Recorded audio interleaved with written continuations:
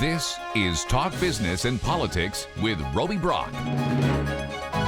And welcome to the program. I'm Roby Brock. Thank you for joining us. I am joined today by John Brummett, columnist with the Arkansas Democrat-Gazette. Good to see you as always. And good to see you, Roby. Our outgoing governor, Asa Hutchinson, is, I guess, finally admitting that he's going to take his farewell tour and starting to do interviews and talk about post-governorship here.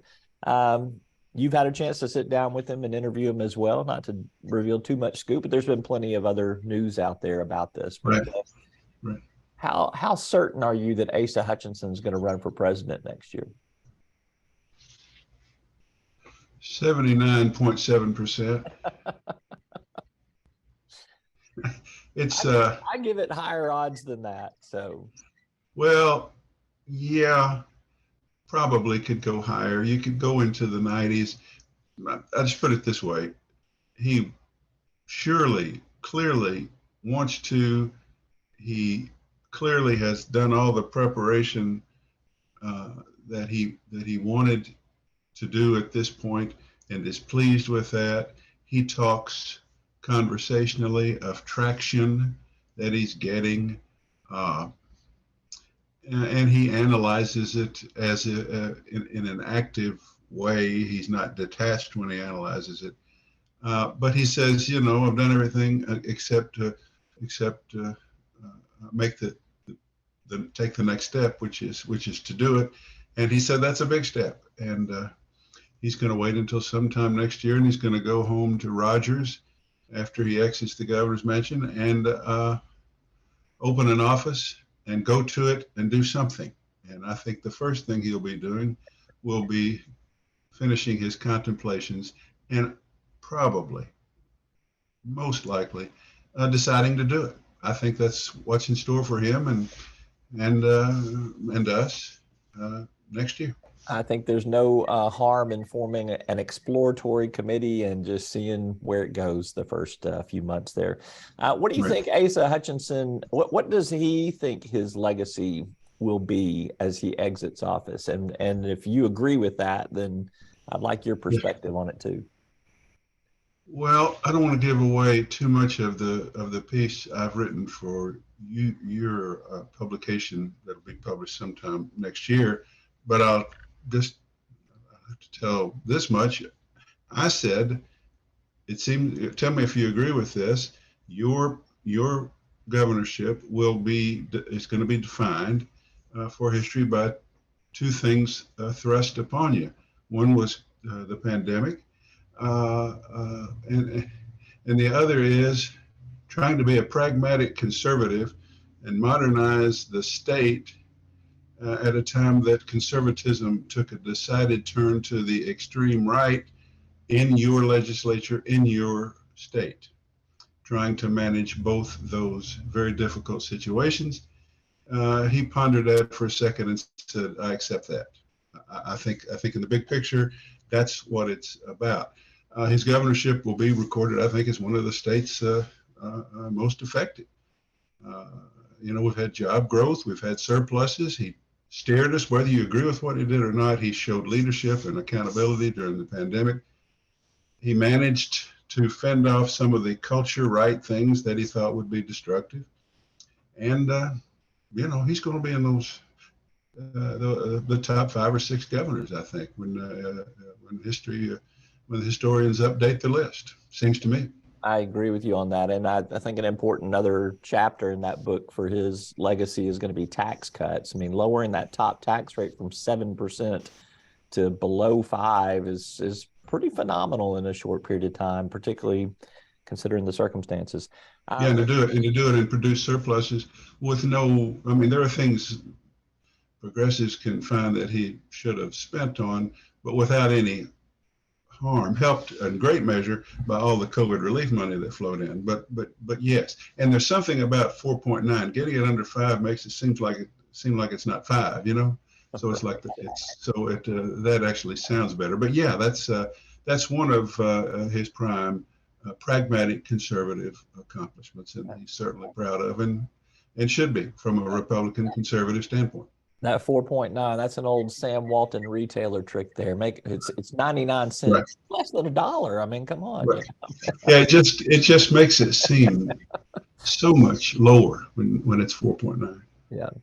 All right. Exiting from the state Democratic Party this past week, we've learned that Grant Tennille not going to seek the chairmanship anymore. What do you make of what all he's had to say in his short but explosive exit interview? Uh, I did not know just how dire things were for the Arkansas Democratic Party as an institution, as a functioning place. I mean, I knew it was dire politically, it continues to be dire politically, but I never thought about the fact that he was sitting down there behind locked doors in those headquarters by himself with a phone to his ear, begging for money to get a debt paid off. And then when the toilets don't work, fixing them himself. Uh, that's where the Democratic Party was.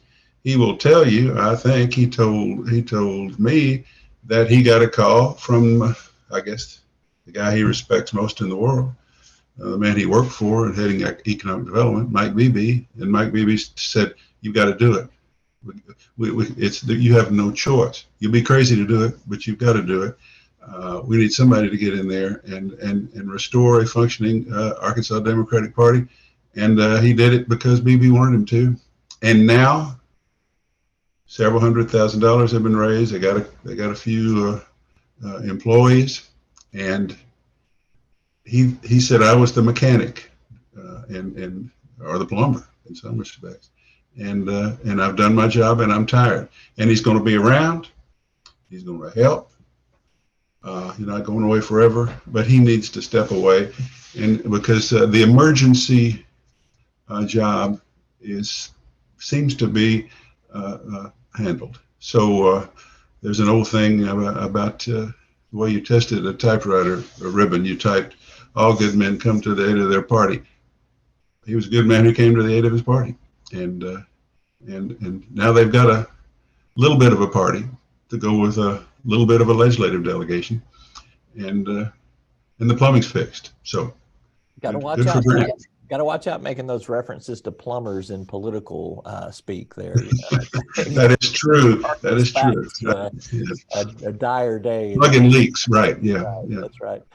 Any idea who might succeed him? Have you heard any names floated about? I have, and I hate to put it on her. This is going to be a tough job, but the person I'm hearing most, and this may be wishful thinking by others, is Megan Godfrey, the former state representative from Springdale, who showed some bipartisan legislative passing skill. And the Republicans thought so much of her, they redistricted her right out of her district.